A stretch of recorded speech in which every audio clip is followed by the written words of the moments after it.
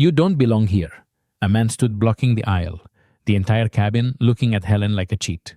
The PA announced a 15-minute delay due to a seat dispute. The captain began a 30-second countdown for her to leave the plane, and that was when Helen opened her briefcase and pulled out a sheet of paper that made him go pale. What do you think that paper was? 15 minutes before that moment, the business cabin of Flight 447 to Miami was steady and calm. Overhead lights were soft, the AC hummed. Helen Carter, 40, sat in 3A, a deep blue blazer fitted to shoulders more used to boardrooms in America than airplane seats. Her ring finger sparkled. The cover of Forbes rustled. No one noticed, until a man's hand slammed the armrest. "Excuse me, but this is my seat." Peter Langford, past 50, rumpled polo, neck already red before the anger, stood blocking the row.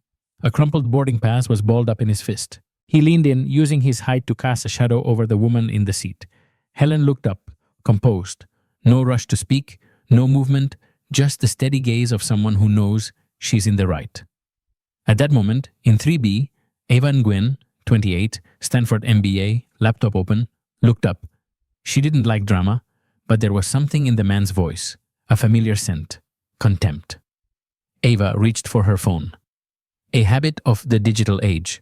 When your gut says this will escalate, the camera goes on before anyone can say, "Don't film." Ladies and gentlemen, Flight 447 will be delayed 15 minutes due to a seat dispute. The overhead speaker crackled, the announcement landing just as Peter lifted an eyebrow, pleased. "See? You're making the whole flight late," he said, loudly enough for 4 rows to hear. A few heads turned, a few other phones started to rise. Have you ever paid full price, followed every rule?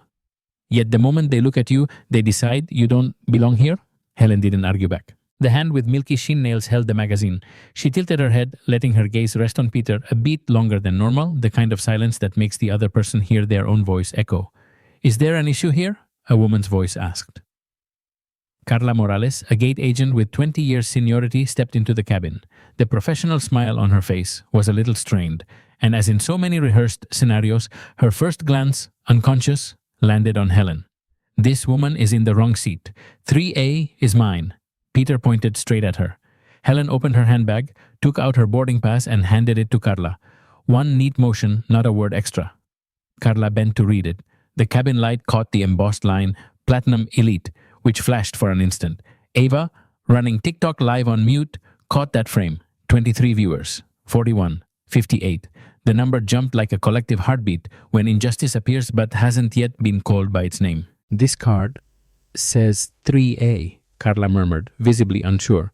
"No way," Peter snapped. "She switched at the last minute. I paid months ago." A businessman in 4C shook his head to his seatmate. "I see this all the time. Someone gets an unauthorized upgrade and pretends innocence." Those snap judgments, fast, tidy, irresponsible, drifted through the air like safety pins, pricking the skin of anyone who heard. Ava glanced at Helen. The black woman in 3A kept her posture, straight back, chin low, eyes calm. No trembling hands, no awkwardness. Only one tiny change. Her lips pressed tighter as she inhaled, the deep breath of people who have learned to swallow unnecessary words to keep themselves safe. You know that feeling, don't you? When you weigh immediate response against immediate safety, justice against the risk of being humiliated. The digital panel at the back of the cabin flickered, departing in 14 minutes. Seatbelts not yet buckled, but the glances were already buckled in with bias. "Sir," Carla turned to Peter, "may I see your ticket?" He thrust it out like a talisman. "See? Seat 3A. Plain as day." Carla frowned. "The system shows a duplicate seat."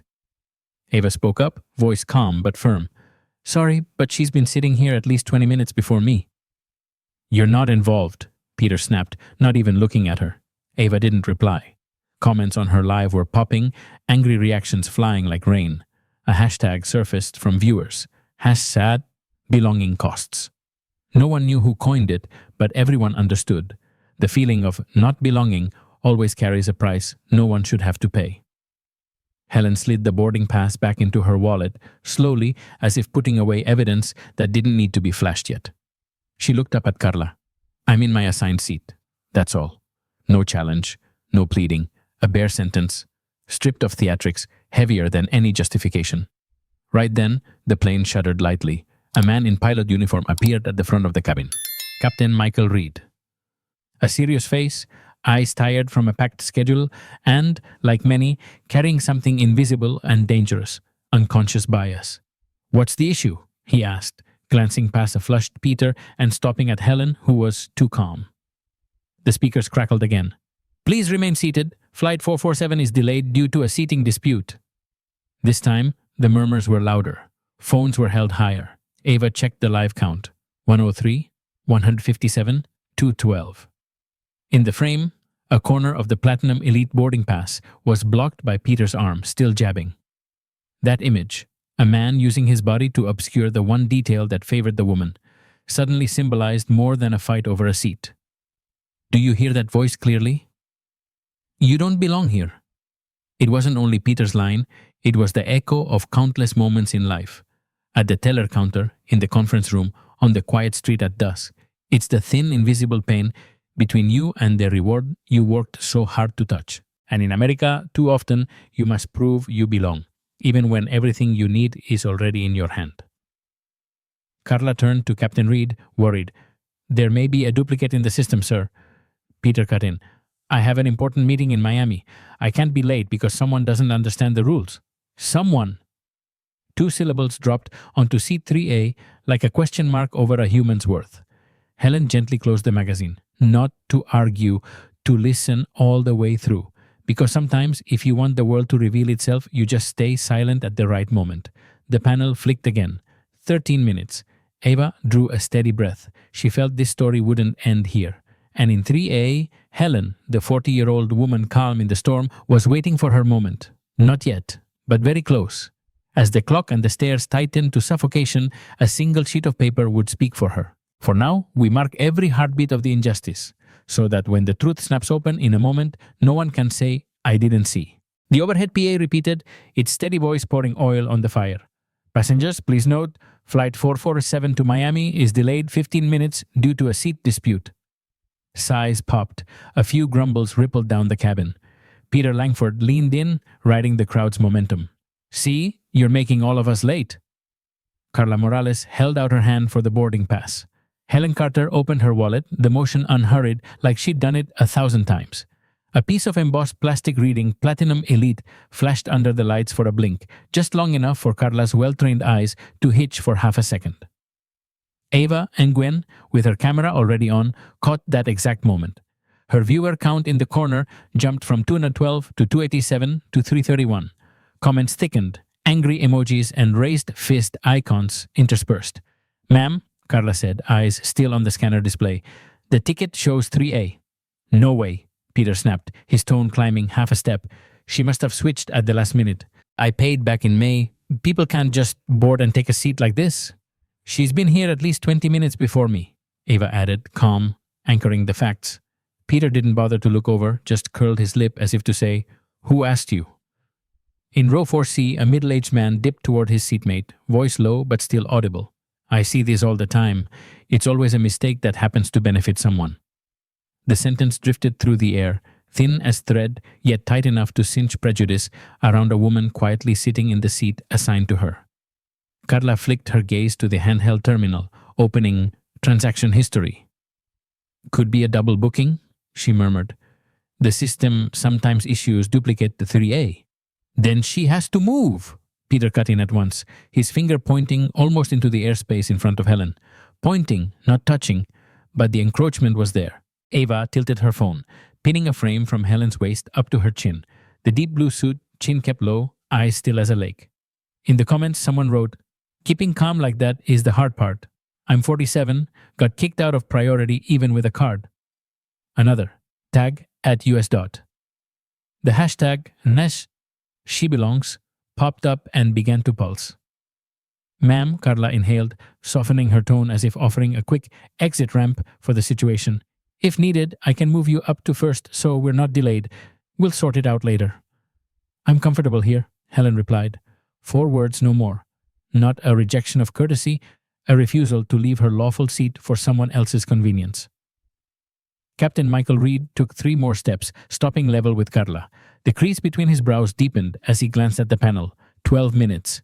Helen's composure seemed to throw him. The noisemaker was Peter. The person being asked to move was the woman in 3A. "Let me see both boarding passes," he said, trying for neutral.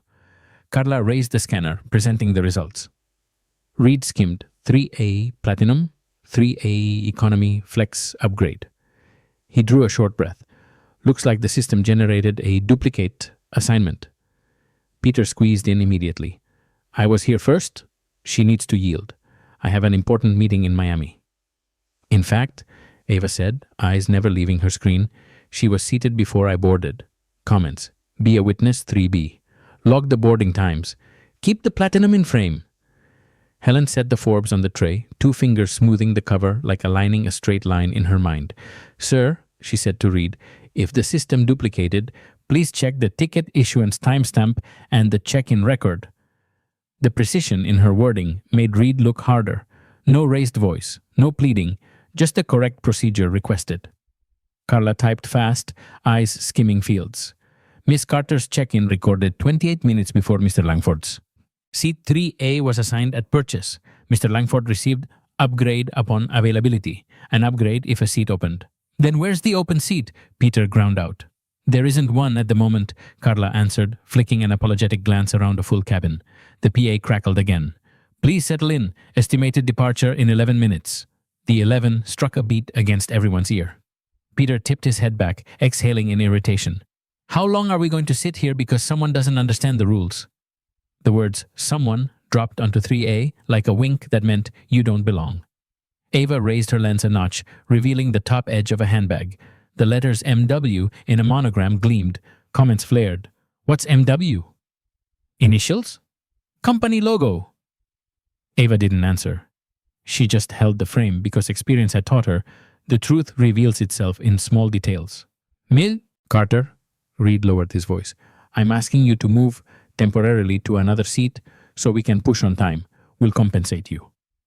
"Captain," Helen replied, eyes straight ahead, "on-time performance shouldn't be preserved by moving the person who's in the correct seat with the correct ticket. It creates a bad precedent." The cabin went still for half a second, the kind of silence that forces people to examine their own logic. Somewhere, a woman around 40 whispered, "Right." Ava heard it and pressed her lips together. The live comments shifted tone. Less rage, more principle. "She's correct. You can't cover right with convenient." Helen felt her phone buzz lightly. She glanced. A lock screen subject line. Board meeting agenda. Miami acquisition. She clicked it dark at once, not letting anyone read it fully, but enough for Ava to catch the word board in the dim frame. The viewer count spiked again. Someone typed, "Board? Acquisition? Who is she?" Reed pivoted and called into the radio. "Request Flight Supervisor Dana Alvarez to business cabin." The move itself was an admission. This had surpassed a minor glitch. Peter rubbed his forehead, muttering, "Good grief, is this America where anyone can just claim 3A now?" A soft "tisk" answered from somewhere. Carla closed the scanner, looking at Helen with steadier eyes. She could see the gap between a quick fix and the right call. Ava lowered her phone a touch, enough to whisper, still caught by the mic, "Stay steady." Helen gave a slight nod. Not a nod to win, a nod to continue. The panel blinked. 10 minutes. The crisp strike of heels carried from the front. Dana Alvarez appeared with a clipboard in hand. And once again, every gaze fixed on the woman in 3A. Calm, upright, unwilling to surrender a lawful seat to an injustice wrapped in the word convenience. One clue had flashed. Platinum Elite. Other clues, board, MW, timestamp, were queuing up. All that remained was the next touch to fuse them into a picture no one in the cabin had predicted. The decisive click of Dana Alvarez's heels carried into the cabin, a clipboard tucked under her arm. She glanced at the digital panel. 10 minutes. Then looked to Carla Morales. "Status?" Carla summarized. "System shows a duplicate assignment for 3A. Miss Helen Carter checked in 28 minutes earlier. 3A was assigned at purchase. Mr. Peter Langford was upgraded upon availability." Peter cut in, as if any contrary word demanded rebuttal. "I paid back in May. She must have switched seats last minute. We can't let one person make the whole flight late." From row 4C, the businessman from before leaned in to whisper to his seatmate mate, I see this all the time. The phrase, this kind, drifted through the air, light as breath but heavy enough to grate a human being by surface impressions alone. A few more phones went up. Avangwin held the frame steady. Helen's shoulder, the Forbes cover, a seat belt not yet clicked thanks to the disruption. Her viewer count climbed 3428, 512. 113. Comments thickened. Been there. Hold steady, sis. Tag at US dot. Miss Carter. Dana lowered her voice into official mode. To depart on time? Could you temporarily move to another seat? We'll compensate. Helen looked straight ahead. I'm in my assigned seat. Not harsh, just clear. A reply that strips away the comfy cushion many institutions rely on, sacrificing what's right for what's easy. Carla bent over the scanner, pulling more data fields. Ava tilted her phone to catch the metal tag on the handbag strap. 2 stylized letters, MW. Comments sparked. What's MW? Meridian? Worldwide? Ava didn't guess. She just held the shot. Truth often assembles itself from small fragments like these. Peter gave a dry, private-sounding laugh, pitched loud enough for half the cabin. Some people should know their place. The 2 words, people and place, became a thin blade, bloodless, but leaving a cut. Somewhere behind, a 40-something woman sniffed, "She paid like you did." A stray sentence, strong as a hook into the truth. Captain Michael Reed folded his arms, then unfolded them as if to cool the temperature. I need documentation from both. Carla angled the display. 3A, platinum, 3A, upgrade. Reed looked to Dana. Their eyes said the same thing. The system glitch is real. Who bears it? Most times like this, the quiet person gets moved. Helen set the magazine on the tray, voice even. Captain, please check the ticket issuance timestamp, the check-in log, and the seat allocation record. If needed, I'm willing to wait a few more minutes so the process is done correctly. Using timestamp/log/record lands harder than a complaint. It forces the exchange back to principles, not placation. Ava edged in for a close-up of Helen's hand. Milky nail polish, steady knuckles, no shake. A pinned comment rose to the top. Her calm is throwing them off. Viewers ticked 512, 633, 705. Hashtags #SheBelongs and #do the right thing took turns on screen. All right, Dana said, eyes flicking to the clock again. If procedure says 3A belongs to Miss Carter, then... Peter broke in. I don't buy it. I have a meeting in Miami, and what does she know about being on time? The contempt slipped out unfiltered, as if a black woman's competence needed permission to exist in business. A breath of silence. Then Helen, still low-voiced, in America, on time shouldn't be protected by punishing the wrong person. Ava let out an involuntary, wow! McStill live. Comments rolled. Frame that quote. Quiet power. Carla looked up, squinting an apology with her eyes. Data shows Miss Carter is in the correct seat. Dana nodded and turned to Reed. Reed exhaled, a silent sigh visible in the crease of his nose. He touched the radio. Hold current assignments. Prepare for departure as soon as... Peter slapped the armrest again. I don't accept this. If you won't handle it, I'm calling security. The word security was tinder, heads lifted. Heads. Lenses zoomed. The panel flipped to 9 minutes. Ava watched her, live 705, 792, and wondered, why do moments like this demand proof from the person who already did everything right? Why is the quick solution so often code for moving a black woman out of the seat she paid for? She firmed her grip, thumb hovering over the pin button. Reed tightened the strap of his cap and delivered an organizational decision. Miss Carter, if you cannot present additional documentation, I'll have to ask you to deplane to resolve this at the gate. A soft ripple of shock traveled the cabin. Helen tilted her head as if to hear the sentence to its end. And Mr. Langford, Reed went on, please maintain order until we... Maintain order? Peter barked a humorless laugh. My seat is being stolen. You're covering for her. His word choices, stolen, covering, recolored the scene. A technical dispute recast as a moral indictment of the woman sitting still. Ava drew a breath and pinned a comment. Don't relocate what's right to protect what's convenient. Viewers passed 800. Dana shot a glance toward the front. A flash of blue uniform, a security officer, was making his way down. The remaining 9 minutes suddenly felt shorter, stretched taut enough to snap at a touch. Helen slid a hand into her briefcase. Ava stilled, eased the zoom. The motion was unhurried. She drew out a slim document folder, not to flaunt, but with the neat habit of order. Peter froze for half a beat, then sneered, "Self-printed paperwork?" Helen lifted her eyes, the look as sure as a bolt sliding home. "This document," she said, "will help put your procedure back on track." Business class went quiet enough to hear the fans push air through the curtain. In everyone's ear, "You don't belong here," slowed into a drumbeat, reminding them they were about to witness a reversal. And at the exact second before it broke open, the overhead let out a tiny beep, as if fate winked to say the turn had arrived. The digital panel held its defiant number, 9 minutes. The air in the cabin thickened like an invisible, weighted blanket. Captain Michael Reed looked to Dana Alvarez, then to Helen. He had heard timestamp, log, record, had seen Platinum Elite flash, had learned the system had a double booking, but the clock, and the eyes demanding "go now," pulled harder than reason. "Miss Carter," Reed said, his voice low but edged, "if you can't present additional documentation right now in order to ensure an on-time departure, I'll have to ask you to leave the aircraft and resolve this at the gate." The cabin's sound dropped to where you could hear the APU humming. Ava Nguyen tightened her grip on the phone. Her corner counter jumped 805, 872, 941. A pinned comment appeared. "Why does on time always demand a sacrifice from the woman already in her rightful seat?" Peter Langford took a long breath, triumphant. "Someone finally understands the rules." He wrapped the word "rules" in the confidence of a man accustomed to being right by default. In row 4C, the same businessman shook his head as if he had predicted this. A few phones shifted angles, zooming on Helen's face, so calm it irritated those who wanted her rattled. Dana glanced at Carla Morales. Carla dipped her head, the look of a silent apology, as if to say, "I know convenience is overrunning what's right." "Security to business cabin," Dana said quickly into the radio.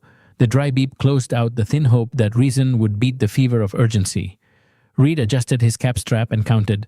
"You have 30 seconds to collect your belongings and deplane voluntarily." 30 seconds. An ultimatum stamped with institutional power. For the first 8 breaths, no one moved. Only cameras edged in by an inch. Ava counted softly. 29, 28. In 5A, a middle-aged woman clenched her purse strap. The moment wasn't just about seat 3A, it was a ripple of memory. Once at check-in, once in the lounge, once in a meeting. When you paid in full, followed the rules, and they still wanted you to yield. "You're making all of us late," Peter said, quiet but clipped, as if speaking for the collective.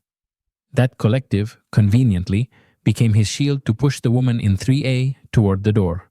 No insults needed, just rename the situation, from being treated unfairly to inconveniencing the majority. 23, 22. Ava watched the comments pour in. "Don't go. We see you. And she belongs." Viewers crossed 1,000. Someone typed, "This is how institutional power works, when urgency is used as a weapon." Helen closed the magazine and set it neatly on the tray. She didn't look at Peter. She didn't look at the waiting lenses. She looked at Reed. Direct, steady. "Captain," she said, "you're using on time to force what's wrong."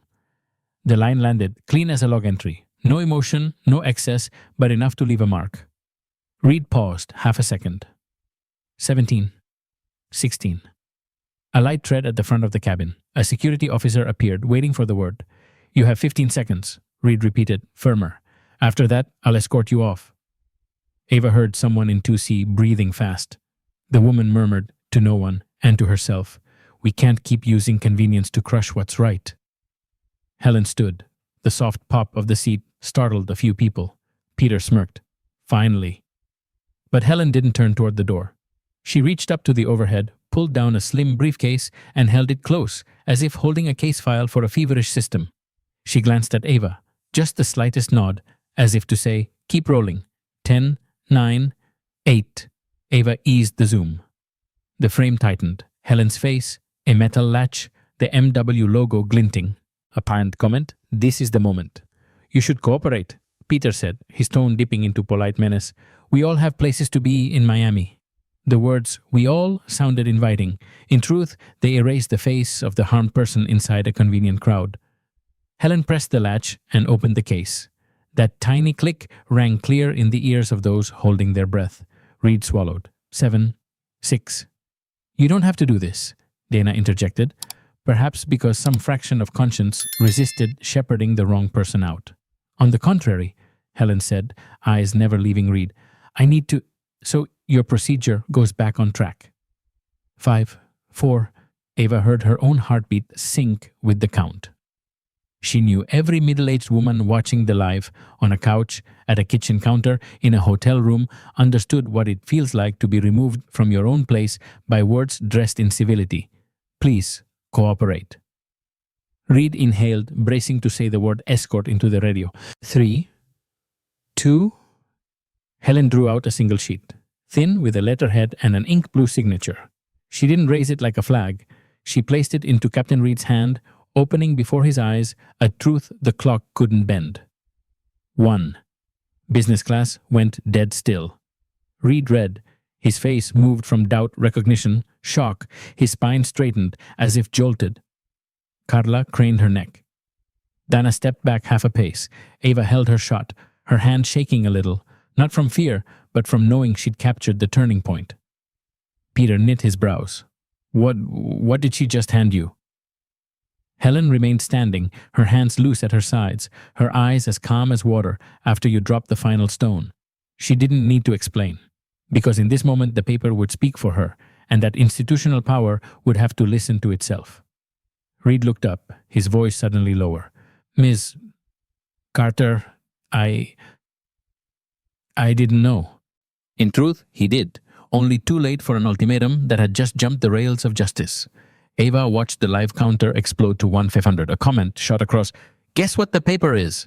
She didn't need to guess. She only needed to keep filming because the next part, the flip, was beginning. Captain Michael Reed held the sheet with both hands as if afraid it might slip away. His eyes ran down the embossed letterhead, skimmed the company name, stopped at the line with the deep blue signature. His face moved through 3 visible states: doubt, recognition, cold shock. He looked up, his voice gone hoarse as if caught in his throat. "Miss Carter, I didn't know." "What is that?" Peter Langford tried to sound calm, but the twitch at the corner of his eye betrayed worry. "Internal documentation," Reed replied quietly. Then, suddenly remembering he was still the one in command, tightened his cap strap to hold on to a bit of authority. "I will verify." "Do you need to?" Dana Alvarez asked softly. She looked at the paper like a piece of evidence with a magnetic field, pulling the weight of the situation toward the woman in 3A. Helen reached out, not snatching but gently taking the sheet back from Reed, placed it in her case, and clicked the latch shut like closing the lid on a chapter. She didn't raise it to show off, no need to speak loudly. She spoke just loud enough in the already silent cabin.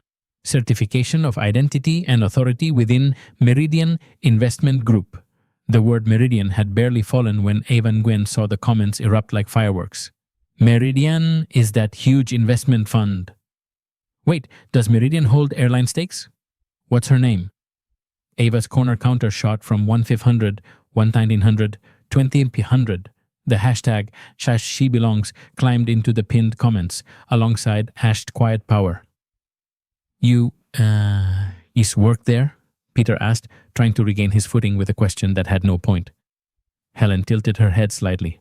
"I run it." A beat of silence, like a film strip snapping. Then Carla Morales whispered, as if to herself, "Run it," meaning, "I'm Helen Carter, chairwoman of Meridian Investment Group." Helen spoke slowly, enunciating each word without adding a sliver of pride, as if she were merely verifying a fact that shouldn't have needed verification if everyone had trusted the process from the start. Reed exhaled. He looked at Dana, then at Peter. His posture shifted not because he feared a powerful figure, but because the recording in his head, the part that would be replayed in an internal meeting, was already rolling. "I used on time to pressure the wrong person." His eyes dipped before he turned back to Helen. "Miss Carter, I apologize. I issued an ultimatum to the wrong person." Peter let out a dry laugh, trying to drag the story back to familiar ground. "All because of one piece of paper. Not because of one piece of paper, Helen cut in lightly without raising her voice, but because the truth was there from the start. The ticket, the timestamp, the log, all three said I belong in 3A. This paper only shows you who has been keeping those truths. Somewhere behind, a middle-aged woman sighed as if a stone slid off her chest. Ava panned to catch Helen's hand resting on the case. Steady, warm, not triumphant, just sure. A pinned comment popped up. Stay silent at the right time, let them reveal themselves, then present evidence. I'm 46, and this is the first time I've seen my own lived scene written in black and white. Dana blinked fast, as if asking why she herself had stood on the side of convenience. She nodded to Reed. Captain, keep 3A for Miss Carter. I'll update the system and notify OPS. Reed cleared his throat, resetting the timbre of command. Affirmative. Hold 3A. A short order, but the balance had flipped. What about me? Peter jutted his chin, voice turning hard, the way people choose to resist when their familiar wall of certainty cracks. You'll sit in the seat per your upgrade upon availability, Carla reiterated the data, as gently as holding a mirror straight to a habit. There's no available seat. Dana closed her clipboard as if sealing a dispute that now had enough facts. Ava watched the live count to 300, 2,800. Comments began naming names. Carter, wait, Helen Carter? Carter of Meridian? Forbes did a piece last year, right? Meridian has an airline stake. The word stake sprang out and ran around the cabin like an invisible message. A few heads leaned together. A man in 2D muttered, if so, then... Helen didn't rush the blow. She sat back down in 3A, an ordinary motion made extraordinary in the moment. Sitting back was the message. Belonging doesn't need permission. She drew the seatbelt, set Forbes on the tray. Without looking at Peter, close enough to be respectful without yielding, she said, Mr. Langford, I understand you have an important schedule in Miami. So do I. The difference is, I don't use my schedule to push someone else out of their lawful seat. Peter turned away, jaw clenching. No one said you don't belong here anymore because that line had just been stripped bare. It didn't describe truth, it issued orders. Reed adjusted the intercom, his voice softening in the best sense. Passengers, please settle in. We'll try to compress procedures to make up time. Then he cut the mic and turned back to Helen. Miss Carter, once again, I'm sorry. We interpreted too quickly. It wasn't interpretation, Helen replied. It was assumption. Next time, start with the facts. The reply wasn't a scold. It sounded like an operating instruction, moving straight from incident to standard. Ava caught the full line and pinned it to the live. Next time, start with the facts. Viewers, 3,100. Hashtag Asata, start with the facts, joined the stream. Carla turned to Ava. Thank you for recording. Beneath the thanks was a quiet relief. When the light comes on, dark habits have to retreat. Ava smiled and whispered, just loud enough for the mic, evidence beats convenience if you keep the frame. Peter opened his mouth as if to argue, then closed it. Some matches end without a whistle, so long as the truth is placed in the right spot at the right time. And the 30-second ultimatum? It's still there, like an ink mark in this cabin's own log. Proof that haste can be a weapon, unless someone calm enough diffuses it with a single sheet of paper. Helen leaned back a touch, her eyes falling to the cover line on the magazine. On the edge of her just-darkened lock screen, Ava caught two words from an email. Board meeting. The comments surged again. Who is she inside Meridian? How big is Meridian's stake in Transatlantic? Is she the head? Helen closed the case. The numbers will come later. When needed, she'll open a thicker binder with board minutes and densely packed signatures. But for this part, this much is enough. Verify identity, reverse the standing, and set the rules back on track. The panel flipped to 8 minutes. The air grew lighter, but everyone knew what had just happened wasn't only a seat. It was a test and a reminder. In America, sometimes you have to use quiet power to make institutional authority listen to the truth. Next up, the numbers will finish what a single sheet just opened. Just as the air loosened a notch after her identity was verified, Helen Carter pulled the case closer and opened a thicker folder. No grandstanding, no forced drama, more like a doctor opening a chart to speak in data. Captain Reed, Supervisor Alvarez, Helen said evenly, To avoid any assumptions, I'm going to place here the documents your process could and should have checked before issuing an ultimatum. She slid out a neat clipped packet, its corner sealed with a tamper sticker. The first page, bolded, Transatlantic Airlines, Board of Directors, meeting minutes, meeting number 214, last Tuesday. Resolution number Bienvenue la 7. Ava Nguyen, still holding her phone, zoomed in slowly. Her viewer count popped 3,100, 3,800. Comments rustled. Those are real documents. Deep blue signature. Looks like wet ink. Read the resolution. Helen moved her finger to item 3. Acquisition vote.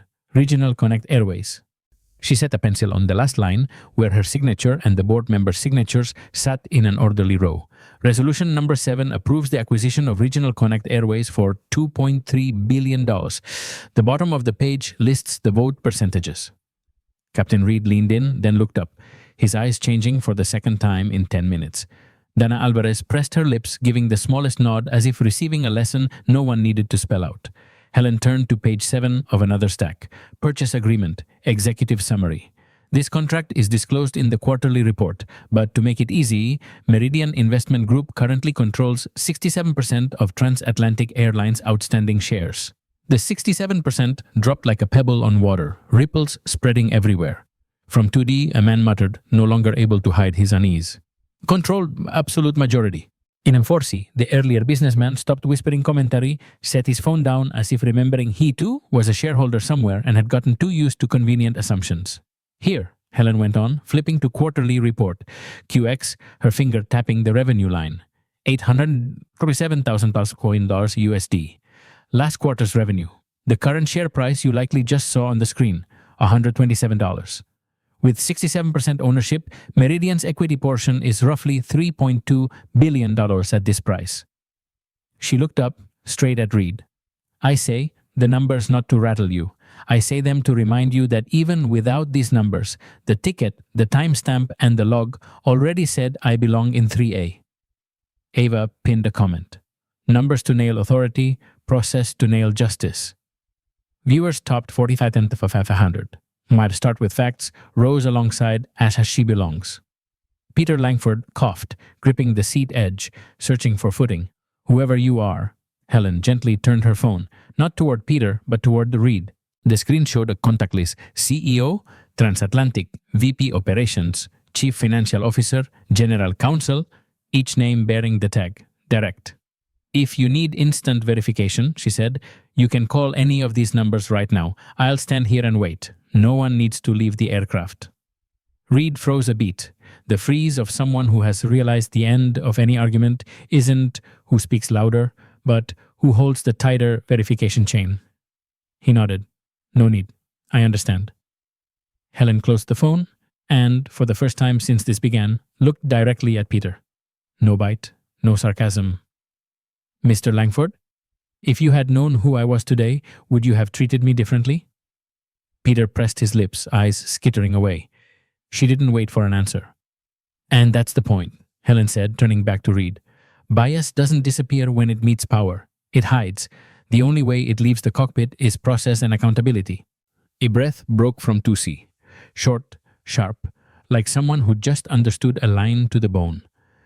Carla Morales lowered the scanner and clasped her hands at her waist the way people do when they want to say, I'm sorry, but haven't found the words yet. Miss Carter, thank you for leaving the right trail. I was hasty. No one here is bad, Helen replied, but haste is the shortcut of bias. Today I'm putting the rails back. Dana exhaled and turned to Reed. Hold seat 3A. Update the log. Identity verified, BOD minutes, purchase agreement, quarterly revenue. Reed nodded. I'll enter it in the captain's log, and he hesitated half a beat. The hardest step for a commander is to tell the truth about his own mistake. The 30-second ultimatum earlier was inappropriate. On Ava's live stream, comments rose like a tide. This is a live case study. Quote, haste is the shortcut of bias. Please print that on a conference room poster. Helen folded the folder and sat, an ordinary act that now read as a declaration, returning to her lawful seat without asking, without compensation, without swapping for convenience. Her seatbelt clicked softly. She set Forbes on the tray as if resetting the cabin's standard.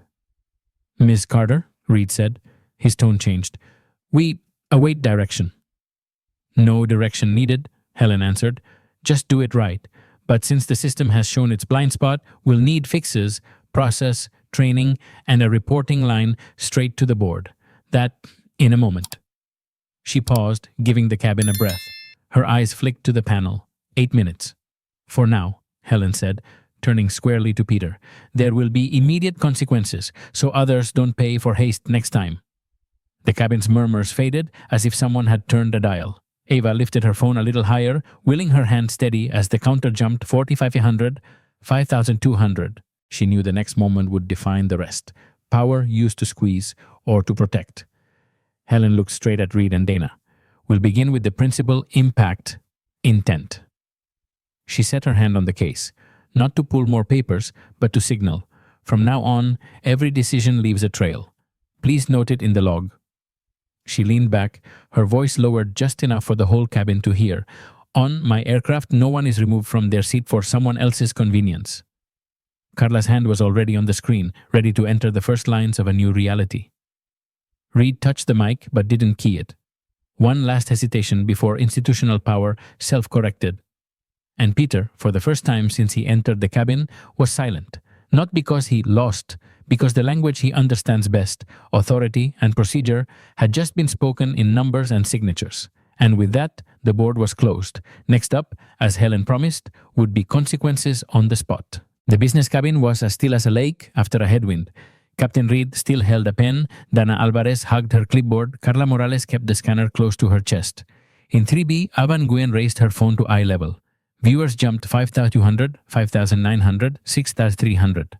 The hashtags #SheBelongs, #StartWithFacts, #QuietPower lined up at the top of the comments. Helen Carter stood on no podium. She was still in 3A, exactly where she belonged. But her voice was low and firm, laying each brick onto a new foundation. "Now we're going to enter in the log the principle. Impact, intent. Impact matters more than intent." She turned to Peter Langford, neither avoiding nor crowding him. "What did you do?" She counted on her fingers, slow and clear. 1. Intimidation. Using your body and tone to menace another passenger. 2. Racially charged assumptions about who belongs in business class. 3. Delaying the flight and creating a hostile environment for surrounding passengers. 4. Calling for security with the aim of removing the person who was in the right from her seat. Peter opened his mouth, his voice hoarse. I'm sorry. I didn't mean..." "Your intent doesn't erase the impact," Helen cut in gently, not harsh. "We'll note your apology, and you'll still be accountable for the impact." She looked straight at Reed. "Captain, what is Transatlantic's current policy for handling harassment?" Reed swallowed and chose honesty. "Zero tolerance. Harassing or threatening passengers may be denied transportation and banned." "Then apply the policy." Helen nodded. "Enter. Mr. Peter Langford, permanent ban from Transatlantic Airlines flights. Add, consider inclusion on the industry's internal shared list per legal procedure." A low ripple ran down the cabin. Ava pinned a comment. "Not retaliation. Standard." Viewers topped 7,000. Peter went pale. "Please, I have work, a family. I really don't want..." "I'm not ruining your life." Helen tilted her head. I'm putting guardrails on repeat behavior. Consequences for the action, not the person. You can learn, but others shouldn't pay for your haste and bias." She turned to Carla Morales. Carla's eyes were damp. "Miss Carter, I'm sorry. My first glance, went to the wrong place." "Thank you for looking again," Helen said, her voice softening a notch. "Enter in the log. Carla Morales to complete mandatory implicit bias training. Reevaluate the seat dispute intake procedure. And right now, Carla, if you feel it's appropriate, you can apologize to the cabin." Carla nodded hard. She hit the PA, her voice shaky but clear. "Ladies and gentlemen, I'm Carla Morales, ground representative. I just acted in haste. I apologize to Miss Helen Carter and to you all for letting bias interfere with correct procedure. From now on, we'll start with the facts." The apology wasn't flowery, but it hit the mark. A few quiet, "That's right," rose from middle-aged women in the cabin, like dropping a stone from the chest. Dana Alvarez took her turn. "I'll take responsibility for updating the SOP. Any seat dispute with sensitive indicators will prioritize checking facts, ticket, timestamp, log, before suggesting relocation for convenience. I'll also propose a direct reporting channel to the board for discrimination incidents." Helen smiled, slightly. "Thank you, Supervisor Alvarez. Noted in the log." Captain Reed drew a breath and keyed the intercom. Not to command, but to own the mistake. "Passengers, the 30-second ultimatum earlier was not aligned with proper procedure. I apologize to Miss Carter and to all of you. We'll depart as soon as documentation is complete." He cut the mic and faced to Helen. "I commit to reporting this incident to the company with my name in the captain's log." Ava shifted her shot, catching the rare moment, a commander acknowledging an error before pushback. Comments lit up. "This is accountability. A man owning it publicly. Respect." Viewers passed 80, 100, 200. Helen turned back to Peter. "You won't be marched off in front of the cabin. Security will accompany you to the service desk to rebook your trip. Your apology is recorded in the file. The consequence stands." Peter nodded, lips pressed. "I understand." For the first time, his voice lost its edge, like someone seeing himself in an unflattering, honest mirror. Helen looked around the cabin. "Ladies and gentlemen, you just watched how bias can overrun process when we rush. Thank you for your patience, and..." She glanced at Ava. "Thank you to those who record the truth. Without cameras, many stories are never believed." "Avan Gwen in 3B," Helen said loud enough for the cabin. "Thank you for standing with the facts. After the flight, if you'd like, let's connect. I have a project that needs a storyteller who knows how to frame." Ava's eyes widened. She smiled through emotion. Emojis burst across the stream. Pinned comment. From witness, partner in change. Dana jotted fast. Immediate objectives. Apply consequences. Stabilize cabin, depart. Carla typed into her handheld. Passenger, P. Langford, denied to travel. Permanent ban. Pending legal review. Incident. Harassment, intimidation, racial assumption, delay. Reed initialed on the tablet. Captain's log, acknowledged. Helen leaned back and clicked her belt. No triumphal march, just order restored and the first rung of accountability set on the spot. "On my aircraft," she said quietly, "right comes before convenient, and the person in the right stays in their seat." The panel flipped to 7 minutes. Security arrived, speaking to Peter in a measured tone. He stood, turned slightly toward Helen. "I'm sorry." 2 clean words, no excuses. Helen nodded. Noted. Then to Reed and Dana. "When we record and apply consistently, the system begins to change. Next, we'll hold the meeting right here on the plane." Ava glanced at the camera and whispered to viewers, "Don't leave the live. She's about to open the numbers." The count jumped 8,200, 9,000. In the air, the feeling of injustice had been named, logged, and bound to consequence, so the next chapter could begin. Crisis governance by the facts. Peter had left the cabin under security escort, and the cabin's breathing eased back to normal. But the silence wasn't for forgetting. It was the space that needed to be filled with procedure. Helen Carter unfastened her belt and said quietly to Captain Reed and Supervisor Dana Alvarez, "We meet in the galley now. Carla joins." In 3B, Avan Gwyn dropped her phone to commentary mode instead of tight close-ups. She respected the privacy needed for a major decision, but kept the live on so the public could follow the process, not the drama. Viewers held at 9,000. The forward first galley was empty, cool white lights humming. Helen set a legal pad on the stainless counter and pulled out a pen. The clean galley air turned into a war room. She opened like a COO handling a systems failure. The goal of this meeting: define risk, set metrics, and package decisions so the cabin departs with zero ambiguity. Reed nodded, shoulders square but eyes showing the strain of a veteran who knew this turbulence was unlike the rest. Dana held the clipboard, ready to record. Carla clasped her hands at her waist, waiting. Helen drew 3 columns on the pad: legal, financial, reputation. Then, steady as a metronome, she said, "Legal. On average, airline discrimination cases settle around $2.8 million if they don't go to trial. If they do, attorney fees plus verdict risk multiplies. And this isn't one potential suit. We're looking at a pattern." Her pen tapped the second column. Financial, viral incidents typically shave 12-18% off the stock within 48 hours. I'm citing the industry median, not a gut feel. Right now, aftermarket is 8%.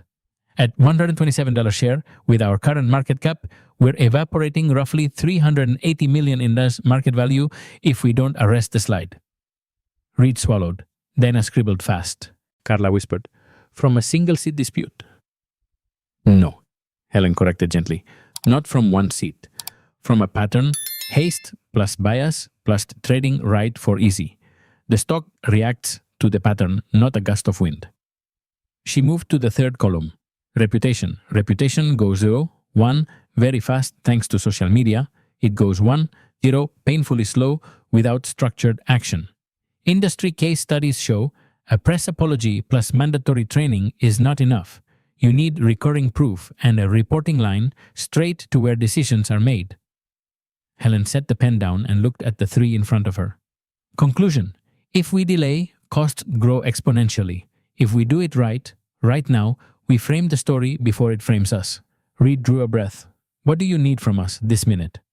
Helen flipped to a fresh page and titled it T0 Decisions. T0 equal on the aircraft. She spoke slowly so each point could land. Timeline and signatures. Dana. Open an incident. Timeline. Timestamp every step we've taken. Delay announcement, ticket check, logs, 30-second ultimatum, reversal, consequences.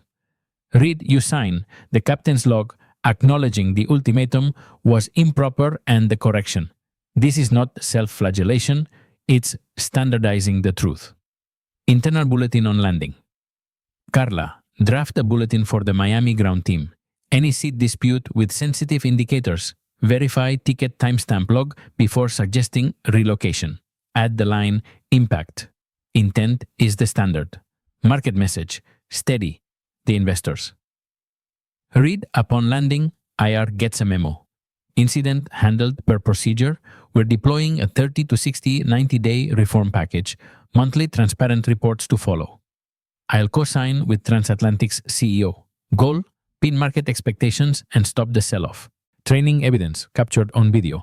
Ava Nguyen has the live stream, but we need a training cut. Request the raw from Ava so we can anonymize passengers not involved and use it for internal training and audit. I'll contact Ava directly after the flight. Dana looked up. Do we need an immediate apology statement? An apology is necessary, Helen nodded, but by itself it reads as PR. We need apology plus measurable plan.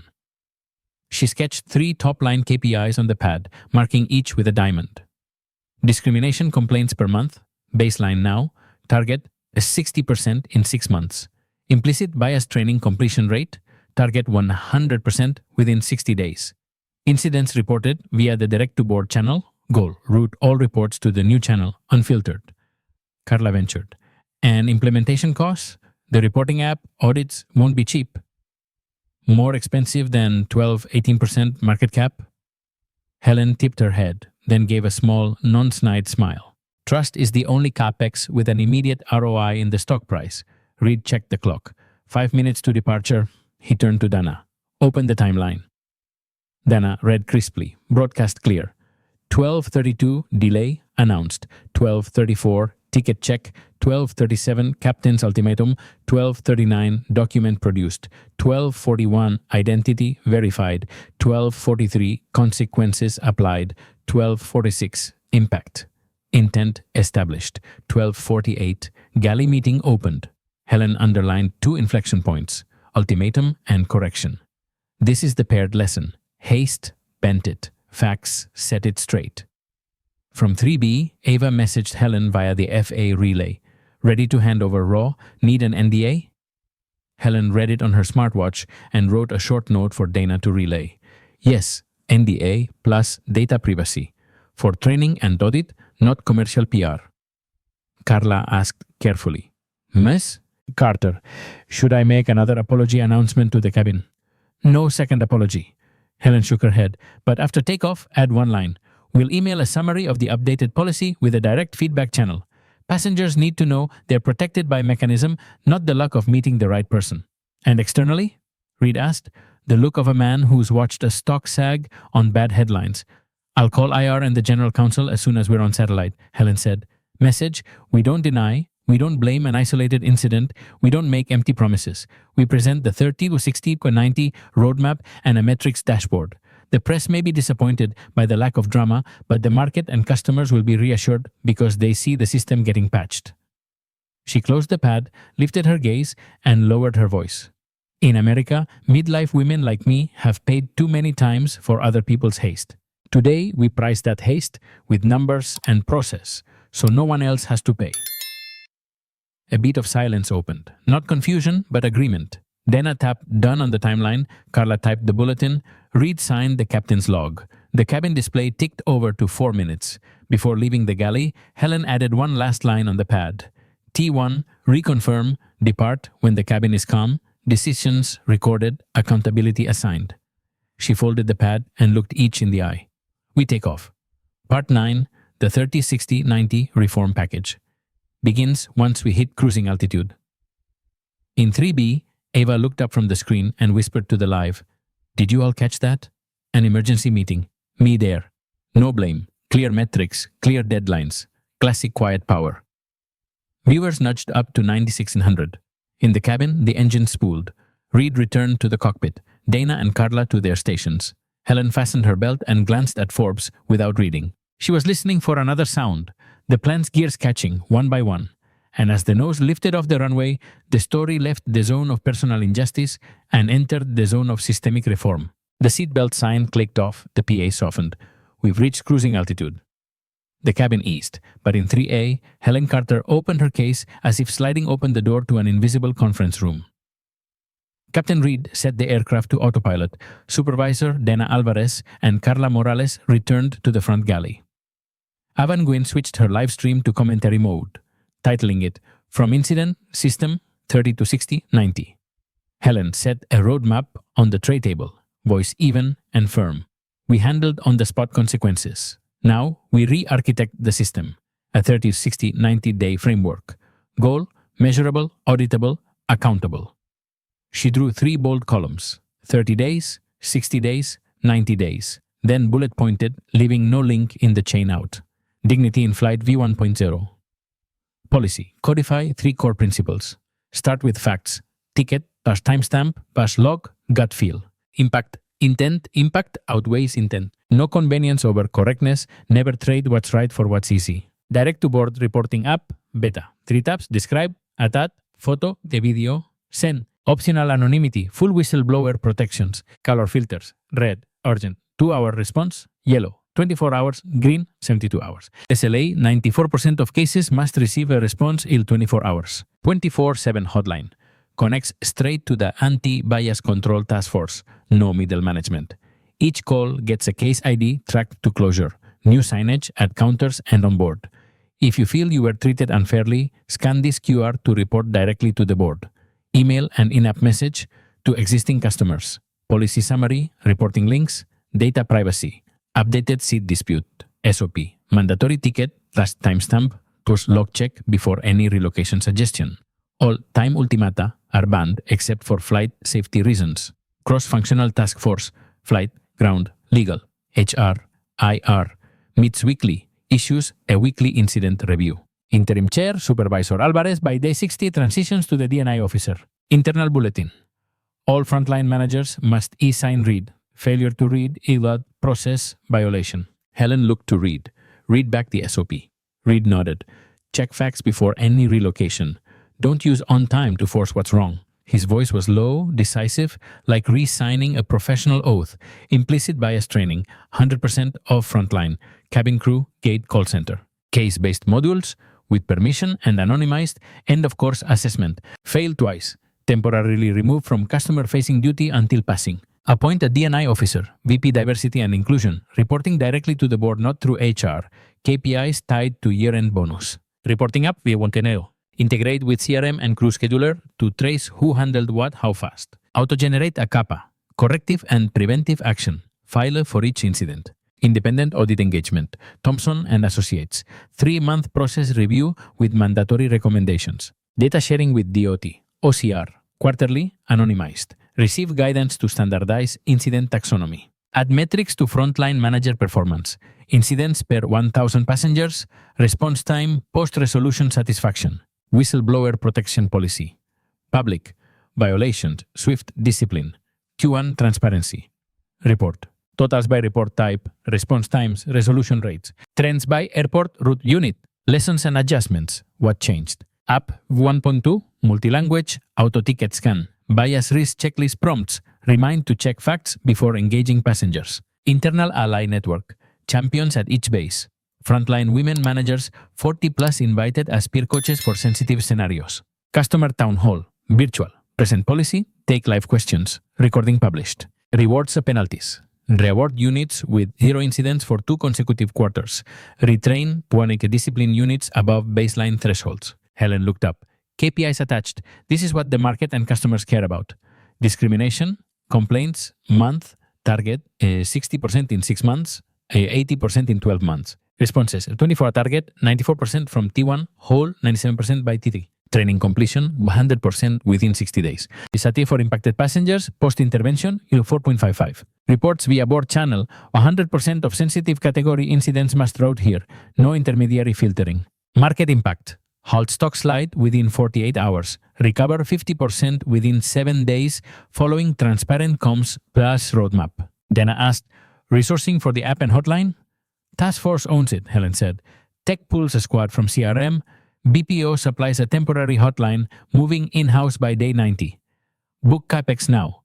Cap at 1/10 of potential market cap risk if the video continues to spread. Carla added, for employees, what message calms the nerves? Be clear. We're fixing a system, not hunting witches. Anyone acting by the new process is protected. Those who sidestep, rush, or act with bias will face transparent discipline. Helen turned to Ava. The FAA relayed. Please send NDA plus data privacy so we can receive the raw. The training cut will anonymize uninvolved passengers, preserve the event's logic chain so people can see, understand, learn. Reed nodded. I'll add a captain's log addendum, 30 to 60, 90 received, owners assigned, weekly progress reviews scheduled. Dana closed crisply. Week 1. Publish Dignity V1.0 plus hotline plus app beta. Weeks 2 to 4. Train cohorts 1 to 4. Week 8, 100% completion. Week 12. Release transparency report.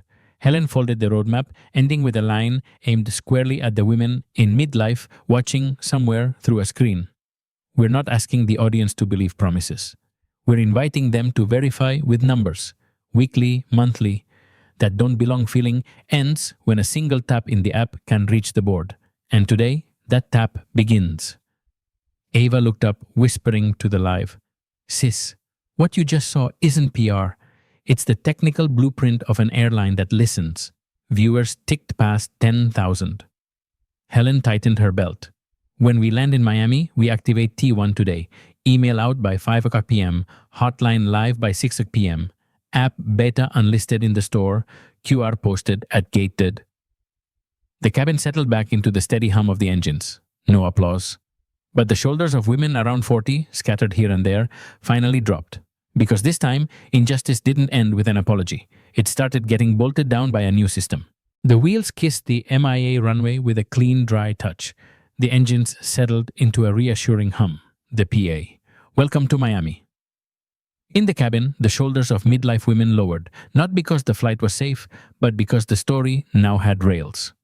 Captain Reed cracked the cockpit door. Supervisor Dana Alvarez and Carla Morales were already at the forward galley. Ava and Gwen kept her live in commentary mode. About 10,000 viewers hovered. Helen Carter unbuckled, slid the legal pad into her case, and gave a small nod. Deploy. T30 minutes post-landing. 15:40. Quick room, gate D, MIA. A glossy long table, the smell of fresh coffee. On screen, 3 remote tiles. Transatlantic's CEO, the General Counsel, and IR, Investor Relations. In person, Reed, Dana, Carla. Helen stood, not at the head of the table, but beside the wide glass board where work would be written. 2-hour objective, package T1. Helen opened. She wrote 3 big lines on the glass. Dignity in flight V1. Release 70 hanku 24/7. Hotline live etundia. App beta QR posted at gated tonight. General Counsel confirmed. Data preservation letter is in full log PA AKRS CCTV on hold. The CEO kept it short. Helen, full support. Whatever needs my signature, I'll sign. If you need headcount, I'll assign. We need ownership, Helen replied.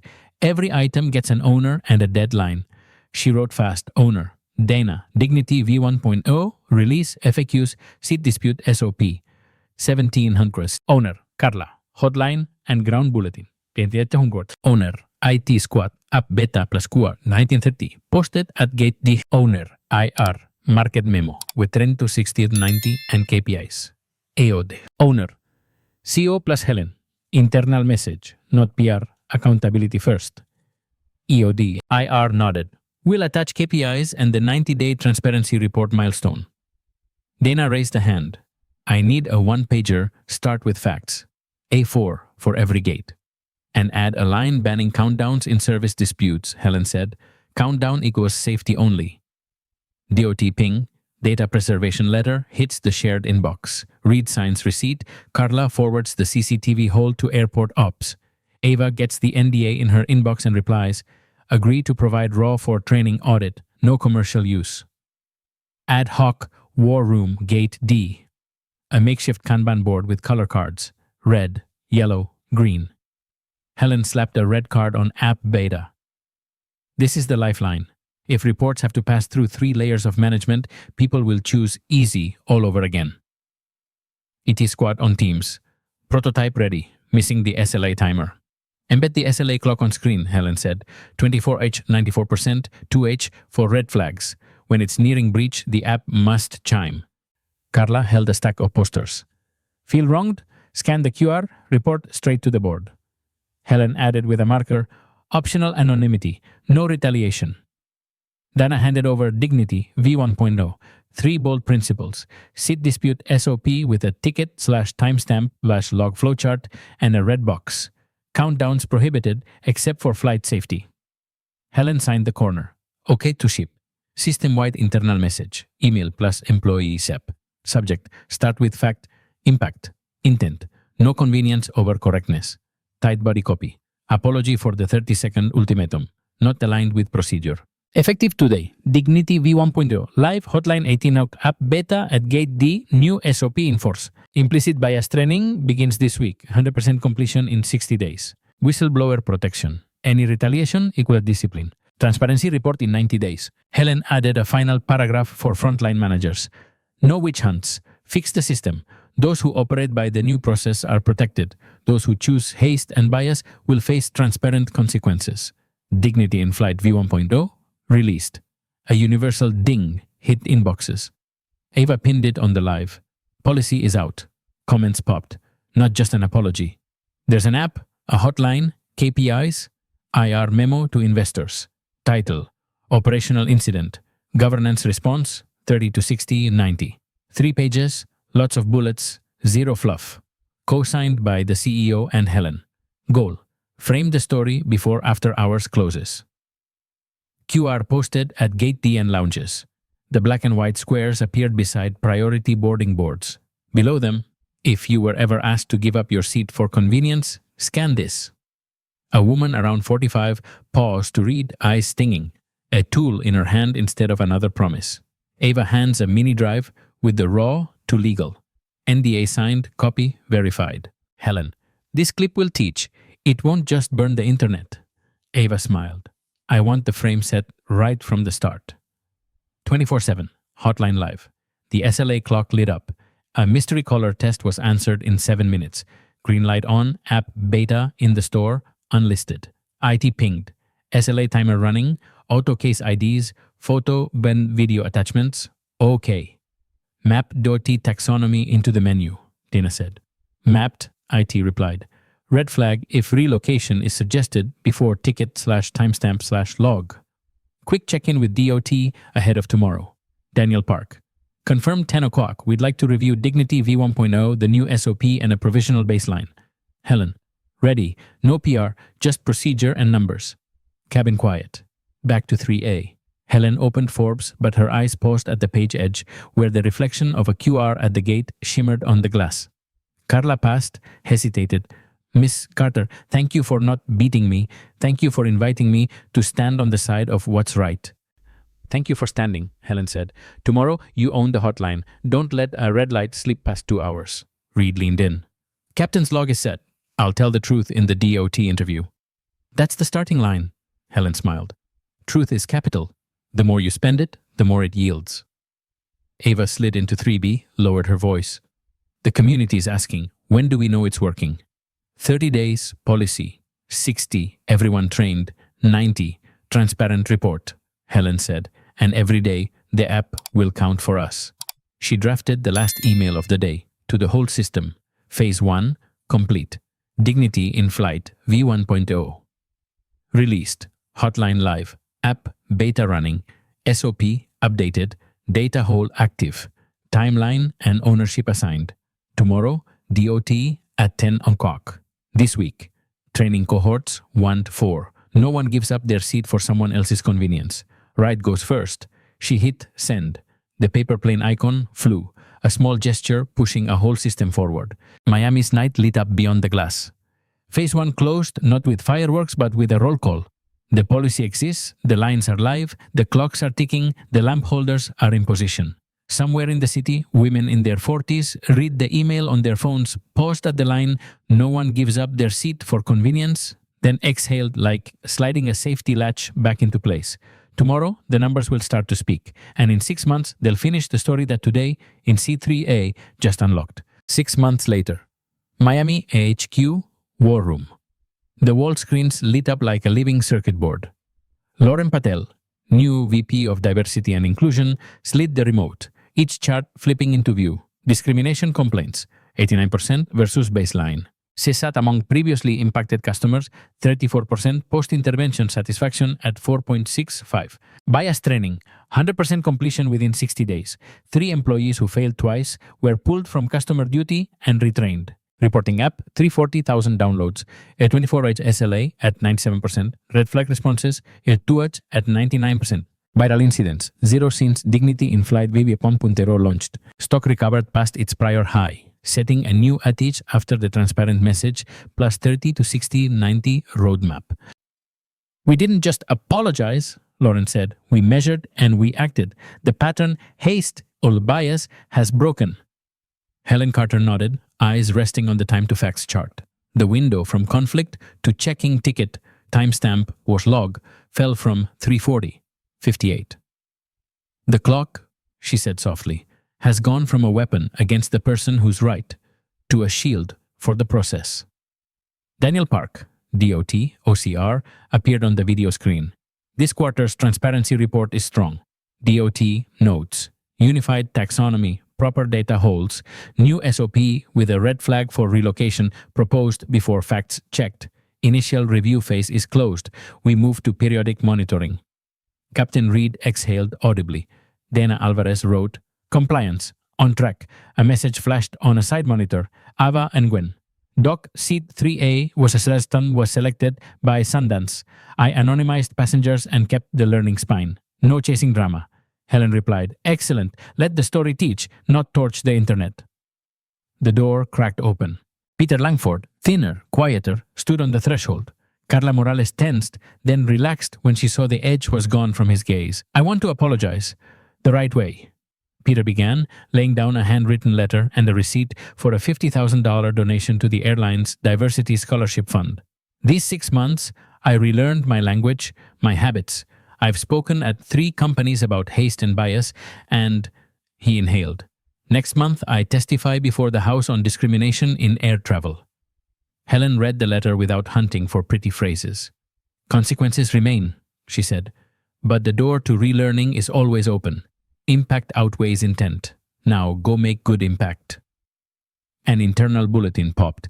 4 major carriers announced policies modeled on dignity in flight, different names, similar components. Harvard Business School sent a note. We're building the case, corporate leadership in crisis, the Carter Protocol.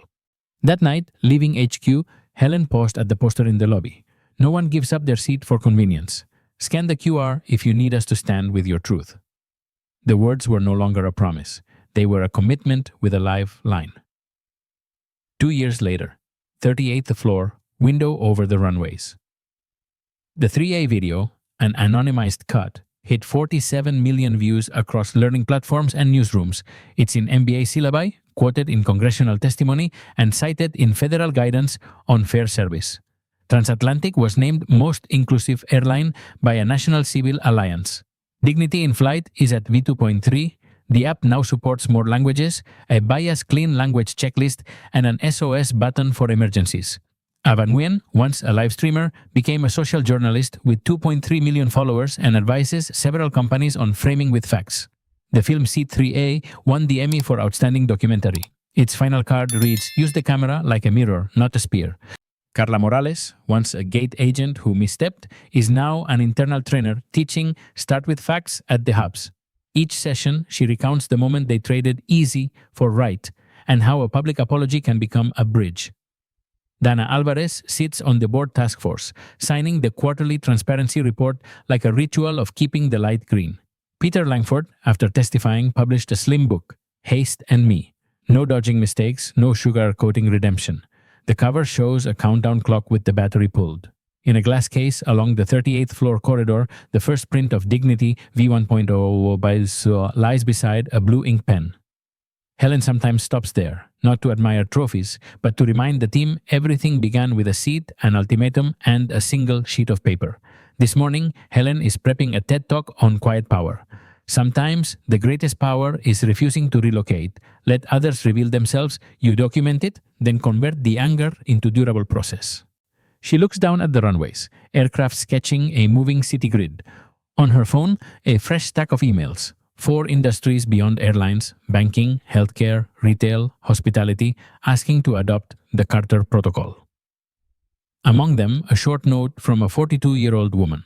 Last week, they tried to ask me to cooperate and give up my seat. I simply said, please start with the facts. And they did. Thank you for laying the rails. Helen smiled. Justice, when powered by data and discipline, sounds like engine hum. No grandstanding, no fireworks, just carrying people far. And on the final line of every update, Helen still leaves one sentence, like a signature for an era in which the right to belong is no longer luck, designed, owned, and enforced by Black women.